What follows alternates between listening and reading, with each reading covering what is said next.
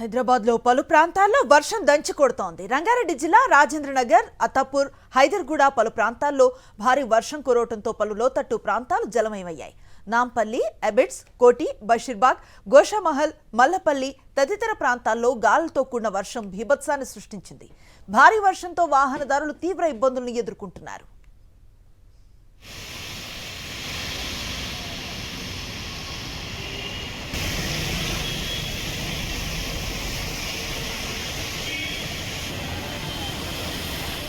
హైదర్గూడ పలు ప్రాంతాల్లో భారీ వర్షం కురవడంతో పలు లోతట్టు ప్రాంతాలు జలమయమయ్యాయి. నాంపల్లి, అబిడ్స్, కోటి, బషీర్బాగ్, గోషామహల్, మల్లపల్లి తదితర ప్రాంతాల్లో గాలులతో కూడిన వర్షం బీభత్సాన్ని సృష్టించింది.